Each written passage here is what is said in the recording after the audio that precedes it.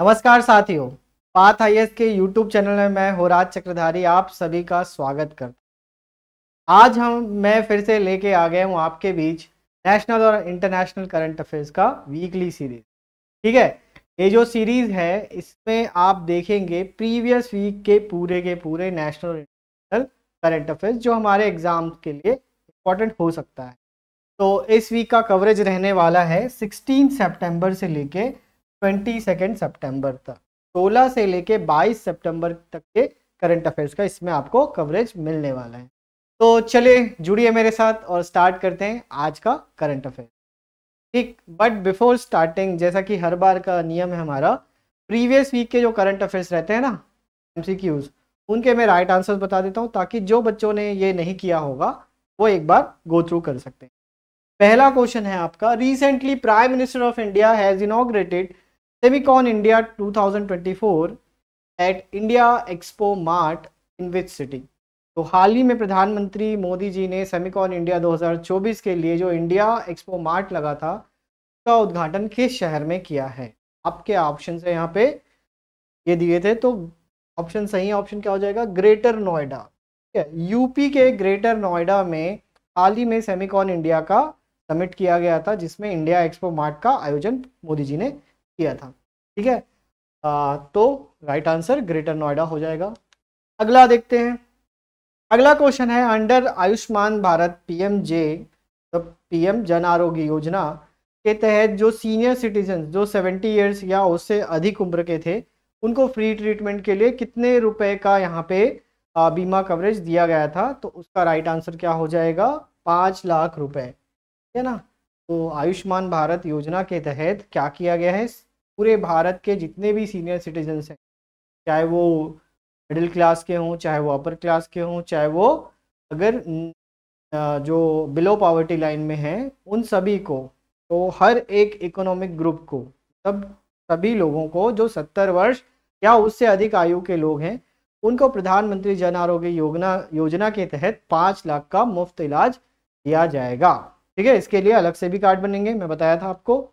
चलिए आगे बढ़ते हैं। अगला क्वेश्चन मैंने पूछा था, बरखा न्यूक्लियर प्लांट अभी हाल ही में न्यूज़ में था, वो कौन से कंट्री में बनाया गया है? तो उसका जो राइट आंसर हो जाएगा यूनाइटेड अरब एमिरेट। ठीक है, संयुक्त अरब अमीरात, यहाँ पे बरखा न्यूक्लियर प्लांट हाल ही में बनाया गया है और इससे रिलेटेड इसके संचालन या इसको मेंटेनेंस कैसे करना है, इसके लिए यूएई की गवर्नमेंट ने क्या किया है, इंडिया का जो न्यूक्लियर पावर कॉरपोरेशन लिमिटेड है जिसको हम NPCIL के नाम से जानते हैं, उसके साथ एक कॉन्ट्रैक्ट साइन हुआ है यूएई के न्यूक्लियर पावर कॉरपोरेशन का। ठीक है ना, तो it is the right answer. चलिए आज का हम अपना करंट अफेयर्स चालू करते हैं। तो पहला न्यूज़ निकल के आ रहा है, हाल ही में वित्त मंत्रालय ने नया पेंशन स्कीम के तहत वात्सल्य योजना लॉन्च किया है। ठीक है, तो ये वात्सल्य योजना क्या है, को लॉन्च करने के पीछे क्या रीज़न है, तो वो देखते हैं। तो हाल ही में क्या हुआ, हमारी जो फाइनेंस मिनिस्टर है निर्मला सीतारमण जी, उन्होंने क्या किया है, फाइनेंस मिनिस्ट्री ने ऑफिशियली लॉन्च कर दिया है न्यू पेंशन स्कीम के तहत वात्सल्य योजना, तो हम NPS वात्सल्य स्कीम के नाम से जान रहे हैं। अब देखो ये कुछ नहीं है, ये न्यू पेंशन स्कीम जो लॉन्च किया गया था ना, उसके तहत क्या किया जा रहा है, उसके तहत आप देखोगे इसको छोटे बच्चों के लिए एक्सटेंड किया है या उनको फोकस करके एक योजना लॉन्च किया गया है। तो क्या हो जाएगा भाई, वो जो NPS है इसका जो होल एंड सोल रीज़न आपको दिखाई दे रहा होगा वो क्या है, छोटे बच्चों के लिए यहाँ पे एक पेंशन स्कीम लागू किया गया है। अब आप पूछोगे कि छोटे बच्चों के लिए कैसे पेंशन दे सकते हैं, तो छोटे बच्चों के लिए ये स्टार्टिंग होगा और जब वो रिटायरमेंट की एज में चले जाएंगे तब जाके उसको मतलब रिटर्न्स देखने को मिलेंगे। तो थोड़ा बात करते हैं कि ये NPS स्कीम के अंदर क्या क्या एलिजिबिलिटी क्राइटेरिया रखा गया है। तो पहली बात भाई आपको क्या होना चाहिए, all minor citizens of India, तो जितने भी बिलो 18 ईयर्स के बच्चे हैं वो सब इस स्कीम के लिए एलिजिबल हैं, इंडिया के सिटीजन्स लोग। ठीक है, अब देखो इसमें दोनों चाइल्ड और उनके पेरेंट्स इंडियन सिटीजन्स होने चाहिए और एक बार उनका या फिर समय समय पर मांगे जाने पर क्या होना चाहिए, उनका KYC होना चाहिए। साथ ही साथ जो अकाउंट है वो एक तरीके से माइनर के नाम पे खुलेगा, जो बच्चे होंगे उनके नाम पे खुला जाएगा, लेकिन इसका जो मेंटेनेंस है या इसका जो मतलब एक एक्सेस जो रहेगा वो पेरेंट या गार्जियन को भी दिया जाएगा, ताकि अब पैसे तो वही डालेंगे ना, बच्चे थोड़ी डालेंगे। ठीक है, तो उनके पेरेंट्स और गार्जियन को ही क्या करना पड़ेगा, वहाँ पे पैसे सबमिट करने पड़ेंगे। अब देखो ये जो स्कीम है इसको आप देखोगे तो कौन कौन से जगहों पे ये स्कीम के तहत अकाउंट खुलाया जा सकता है न्यू पेंशन स्कीम में। तो गवर्नमेंट ने डिसाइड किया है कि भाई जितने भी मेजर बैंक्स हैं, ठीक है, साथ ही साथ इंडिया पोस्ट ऑफिस है, उसके बाद पेंशन फंड है, या ऑनलाइन जो प्लेटफॉर्म है जिसको हम ENPS के नाम से जानते हैं, वहाँ पे ये अकाउंट्स जो वात्सल्य योजना का है वो खुलवाया जा सकता है। अभी मेजॉरिटी जो गवर्नमेंट के जो बैंक्स हैं, पब्लिक सेक्टर अंडरटेकिंग है या फिर प्राइवेट बैंक्स हैं, उन्होंने वात्सल्य योजना के तहत अकाउंट्स खोलने शुरू भी कर दिए। ठीक है, अब देखो कंट्रीब्यूशन क्या रहना चाहिए भाई, तो गवर्नमेंट ने ये बोला है कि भाई जो सब्सक्राइबर होगा जिनको अकाउंट खुलवाना है इस स्कीम के तहत, तो उनको मिनिमम कितने रुपए यहाँ पे कंट्रीब्यूट करना पड़ेगा पर एनम, तो हर साल कम से कम 1000 रुपए यहाँ पे आपको एज अ कंट्रीब्यूशन डालना ही पड़ेगा। और मिनिमम है ये तो, लेकिन आप मैक्सिमम कितना भी कर सकते हो, इसकी लिमिट यहाँ पे बताई नहीं गई है। तो मैक्सिमम की लिमिट नहीं बताई गई है, मिनिमम 1000 रुपये से आप वात्सल्य योजना के तहत अपने छोटे बच्चों का यहाँ पे बीमा या पेंशन फंड चालू करा सकते हो। ठीक है, तो याद रखिएगा वात्सल्य योजना के कुछ डिटेल्स आगे आने वाले एग्जाम में और जैसे डेवलपमेंट होगा और इसके बारे में और आर्टिकल्स अगर पब्लिश होंगे तो हम इसको और अपडेट कर लेंगे। ठीक है, but for the time being आप ये डिटेल्स याद रखिए। चलिए आगे बढ़ते हैं। तो अगला न्यूज़ निकल के आ रहा है हमारे पास, अगला न्यूज़ निकल के आ रहा है ऑपरेशन सद्भाव से रिलेटेड। ठीक है, तो हाल ही में भारतीय वायुसेना ने क्या किया है, ऑपरेशन सद्भाव चालू किया है। अब ऑपरेशन सद्भाव चालू करने के पीछे क्या रीज़न है ये आप जान सकें। इनफैक्ट ये भारतीय वायुसेना का ही अकेला योजना नहीं था, मतलब ऑपरेशन नहीं है, इसमें आप नेवी और जो इंडियन आर्मी के कुछ पर्सनल्स हैं उनको भी आप देख सकते हैं।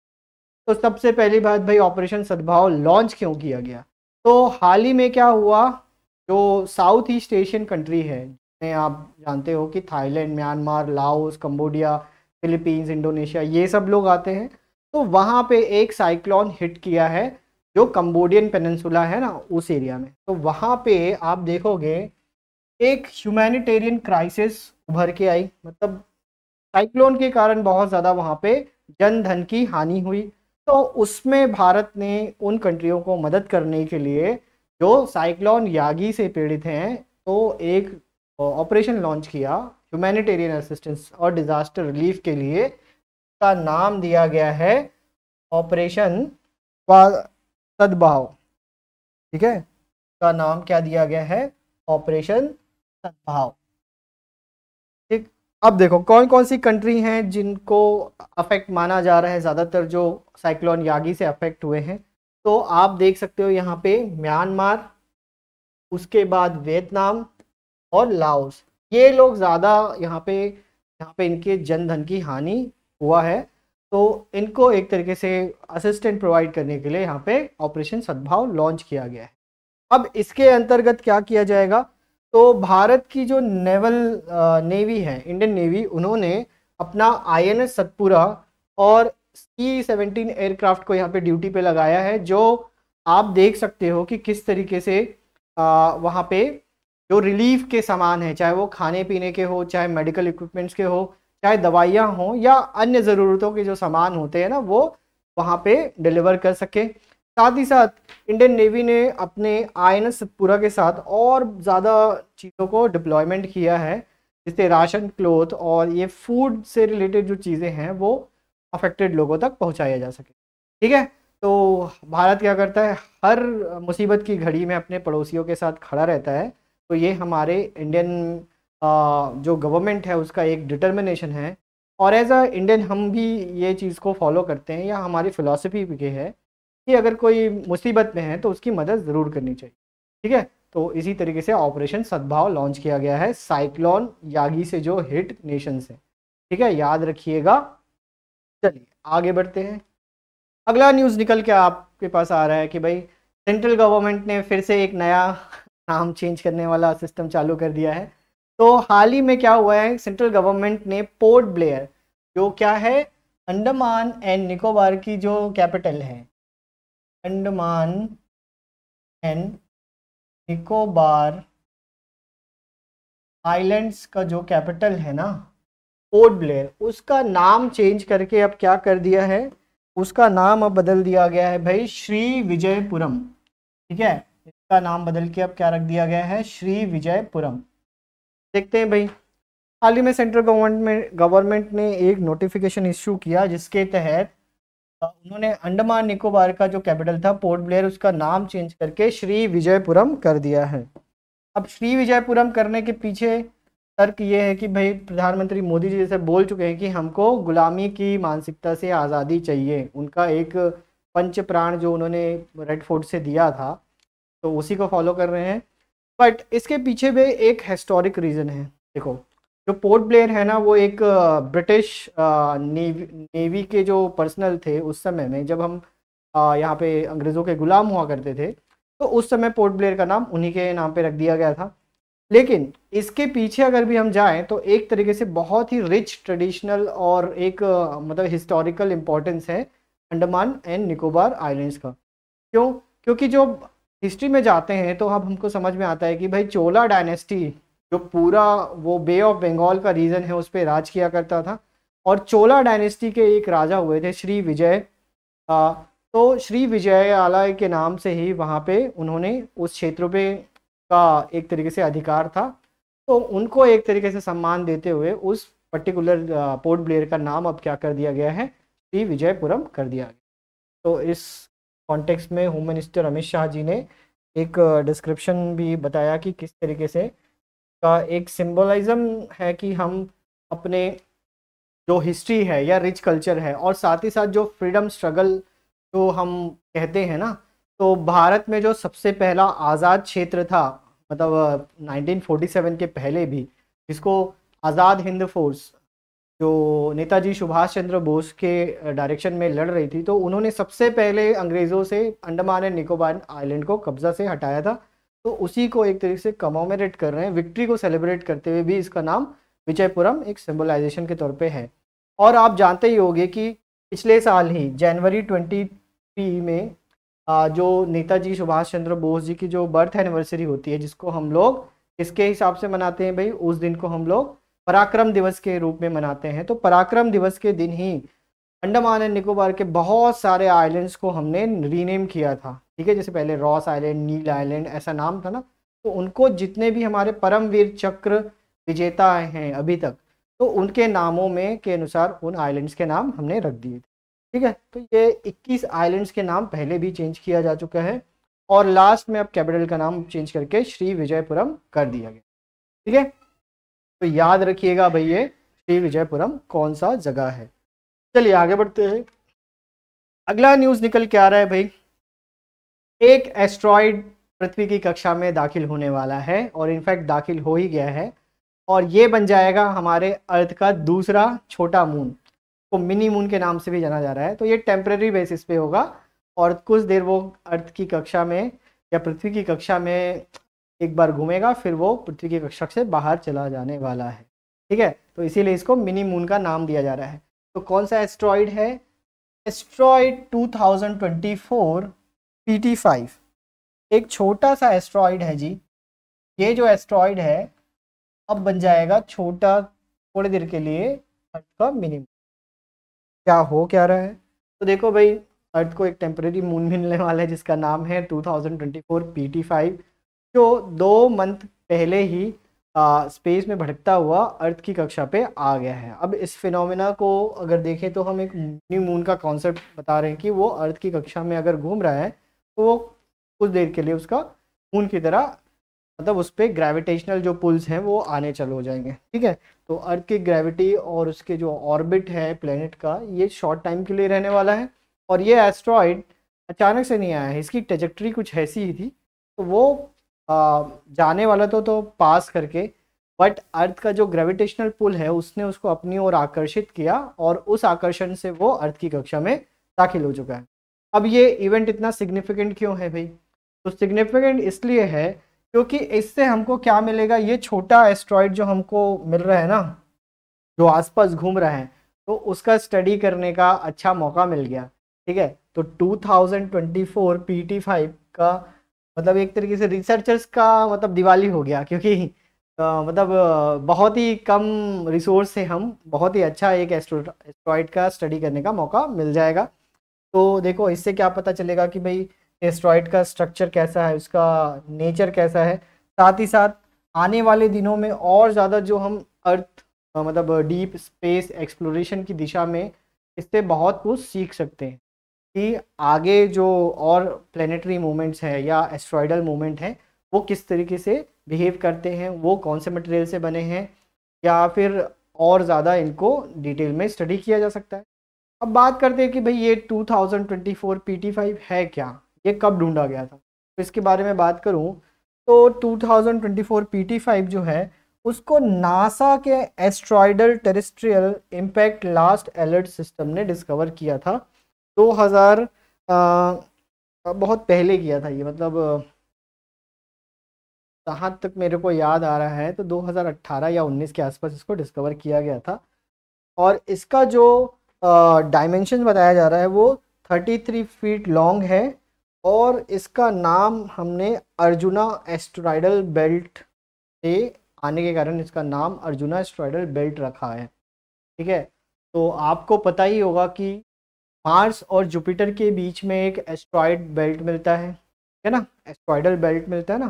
तो वो एस्ट्रॉयडल बेल्ट में बहुत सारे लेयर्स हैं जहाँ पे बड़े छोटे मंझले और बहुत ही छोटे यहाँ पे एस्ट्रॉयड्स की एक असंख्य मतलब एक सीमा है जो उस रेंज में सूर्य के चक्कर लगाती रहती है। तो देखने वाली बात है कि उस परिक्रमा से अर्जुन बेल्ट जो बोल रहे हैं वहाँ से वो छिटक कर अर्थ की सीमा में अब इधर दाखिल हो गई है। ठीक है, तो वैसे तो इतना छोटा है कि अगर ये अर्थ के एटमॉस्फेयर में भी आएगा तो कोई उतना दिक्कत होने वाला नहीं है, वो अर्थ के एटमॉस्फेयर में ही जल के भस्म हो जाएगा, तो चिंता वाली बात ही नहीं है। और ये सिर्फ ग्रेविटेशनल पुल से अट्रैक्ट होके आया है और आगे वो फिर निकल जाने वाला। ठीक है, याद रखिएगा भाई, अर्थ का मिनी मून है 2024 PT5। चलिए आगे बढ़ते हैं, अगला न्यूज़ आपके पास आ गया है।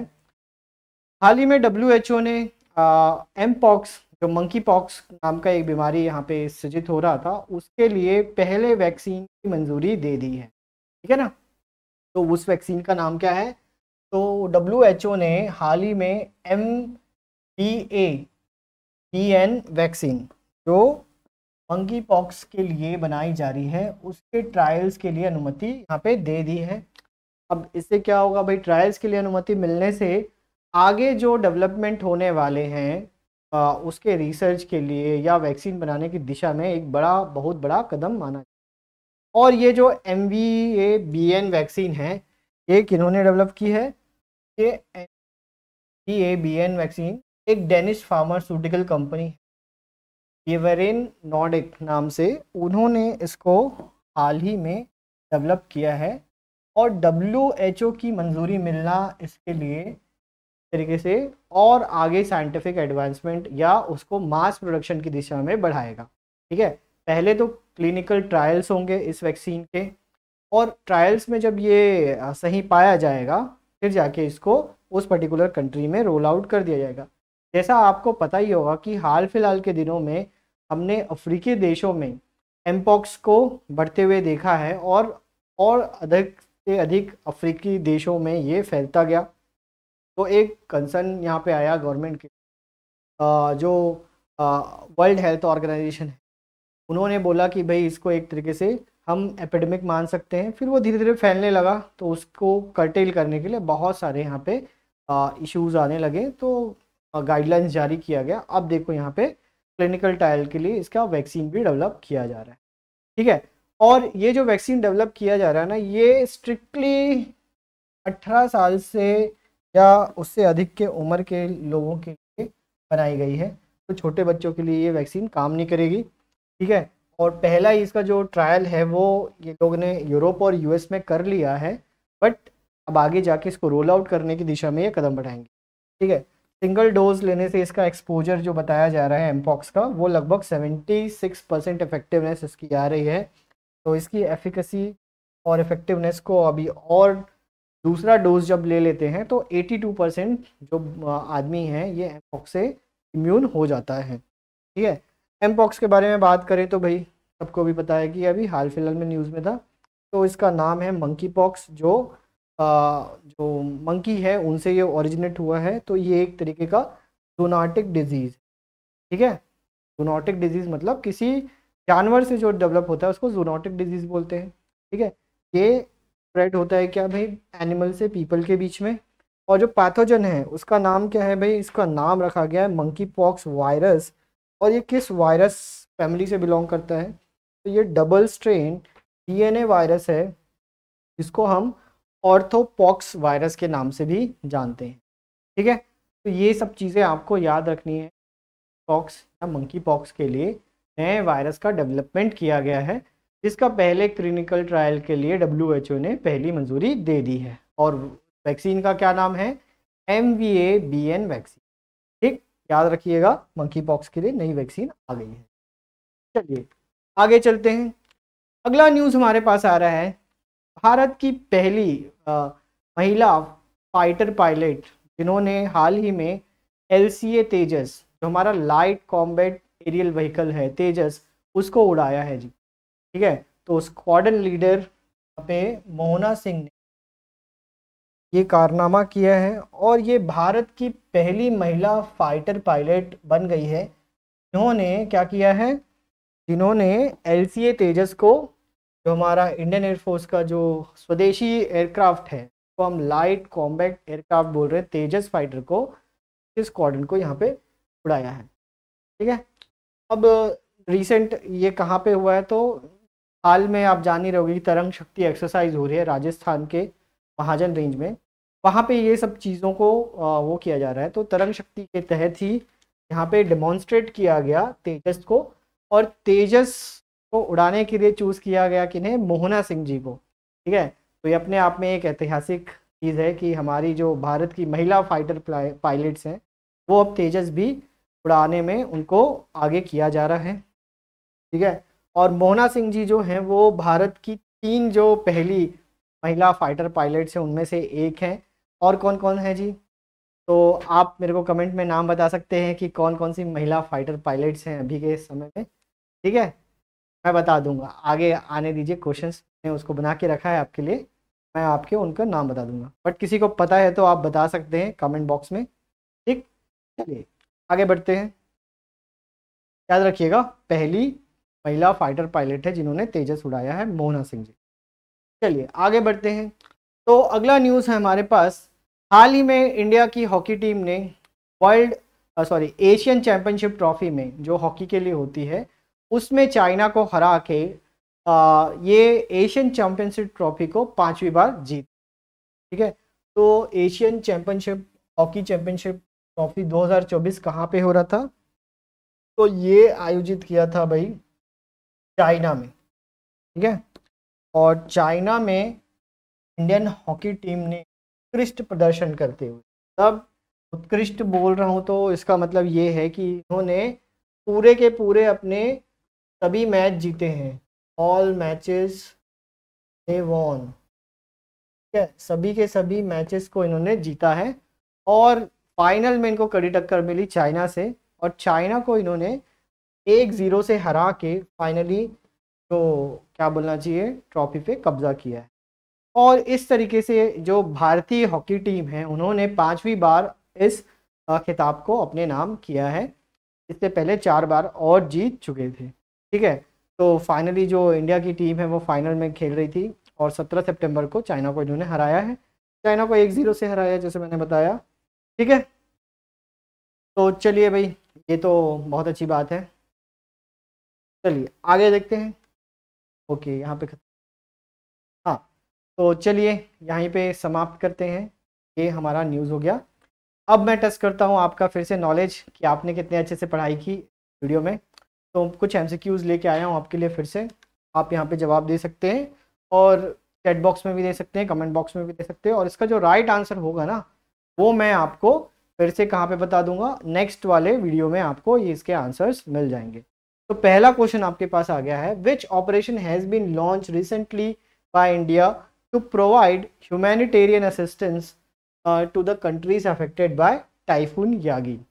तो टाइफून यागी से जो हताहत हुए हैं जो साउथ एशियन कंट्रीज़, उनमें कौन से, उनको बचाने के लिए या ह्यूमैनिटेरियन असिस्टेंस प्रोवाइड करने के लिए भारत ने कौन सा ऑपरेशन लॉन्च किया है? आपके ऑप्शन है पे, ऑपरेशन विकास, ऑपरेशन सद्भाव, ऑपरेशन वीर या ऑपरेशन कावेरी। ठीक, चलिए अगला क्वेश्चन आपके लिए आ गया है, which team has won the hockey Asian championship trophy 2024 for the 5th time. ठीक है, ये तो बहुत इजी हो जाएगा। तो आपके ऑप्शन हैं जापान, चाइना, साउथ कोरिया या, ठीक है, इजी क्वेश्चन है। चलिए आगे बढ़ते हैं। अगला क्वेश्चन आपके पास आ रहा है, who has become the India's first Tejas fighter pilot. Tejas की पहली महिला फाइटर पायलट कौन बन गई हैं? तो आपके ऑप्शन है यहाँ पे मोहना सिंह, शिवांगी सिंह, भावना कंठ या फिर अवनी चौधरी। ठीक, तो यहाँ पे जैसे मैंने बोला था कि 3 जो फाइटर पायलट्स हैं, विमेन फाइटर पायलट्स जो फाइटर जेट्स को उड़ा रहे हैं, हाल ही में उनको इंडक्ट किया गया है इंडियन एयरफोर्स में। यहाँ पे उनके नाम आप देख सकते हैं। ठीक है, तो चलिए भाई आज की क्लास यहीं पे समाप्त करते हैं। होप करता हूँ आपने अच्छे से पढ़ा है, और इसी तरीके के कंटेंट देखने के लिए पाथ आईएएस के यूट्यूब चैनल को सब्सक्राइब कीजिएगा, जहाँ पे आपको करंट अफेयर से रिलेटेड अगर मैं बात करूँ तो मंडे के दिन इंटरनेशनल और नेशनल करंट अफेयर्स मिलते हैं, और वेडनेसडे के दिन आप देखेंगे छत्तीसगढ़ का करंट अफेयर्स, जो कि हिंदी टेक्स्ट के साथ अवेलेबल रहता है। तब तक के लिए मुझे फिर से इजाज़त दीजिए और मिलते हैं वेडनेसडे को छत्तीसगढ़ करंट अफेयर्स के साथ। तब तक के लिए पढ़ते रहिए, मस्त रहिए, देखते रहिए पाथ आईएएस का यूट्यूब चैनल। धन्यवाद।